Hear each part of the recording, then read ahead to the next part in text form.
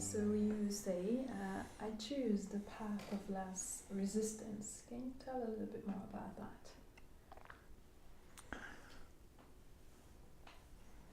Yeah, the path of less resistance. For example, we somehow we know that we are very powerful. And that we can do many incredible things.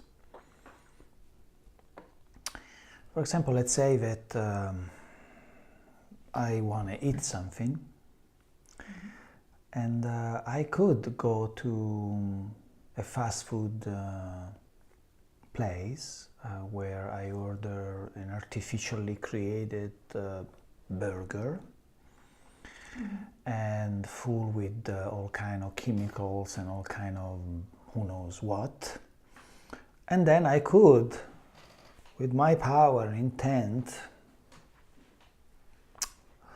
somehow tune in my force, and most likely I would manage to kind of reduce or even eliminate the harms that the ingestion of such food can create in my system. But why would I have to do all that work? I just go in a place where they have organic food and I eat my organic salad. So I choose the path of less resistance, right? It seems more I mean, I could go and really choose very harsh situations, but it is not really necessary unless there are specific reasons why. It is not necessary. It's not necessary to do things in a very complicated way. Why we know that simplicity is the most elegant choice that we always have. So always simplifying your decisions and your journey. Not always, but sometimes it's a good idea, because why make things more complicated? The mind loves to make things more complicated. In fact, we most of the time make things very complicated. Yeah. Okay, there's nothing wrong with that.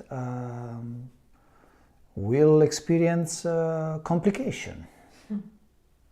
Okay, that's an experience too. Nothing wrong. But why not to experience simplicity? They both lead you to the same result most of the time. And actually, in many situations, it's much more difficult to create simplicity than creating complexity. Because simplicity, and this is the paradox, is very complex in content, but it's very simple. In the field of music, which is what I do, it's much more difficult to create a simple melody than all complicated kind of chords with all kind of music stuff. Yeah. That's paradoxically is easier, because in a way you can even learn that in school. In fact, in school, often we make things much more complicated. Simplicity requires a profound connection with life. When you are profoundly connected, you express simplicity. Very rich in content, but simple. When you start to make things complicated, it's because you are trapped in your mind. You are going through your life from a mind point of view, and so things are very complicated out there because the mind is always operating in separation, and so you have to be careful, what's going to happen here. It's concerned about this, concerned about that, so it's very complicated, everything. When you are connected with your heart, it's quite simple, the way. Of course, to reach that simplicity, you will have to process everything that doesn't belong to that simplicity. So it is more difficult to do things that are simple than things that are complicated. Because to get to the ability to be simple, you have to clear a lot of stuff that is in this way, in its way, between you and your simplicity. And simplicity in the creative process, I don't think can be learned from external sources. It's something that you have to find within yourself. Yeah. That's why the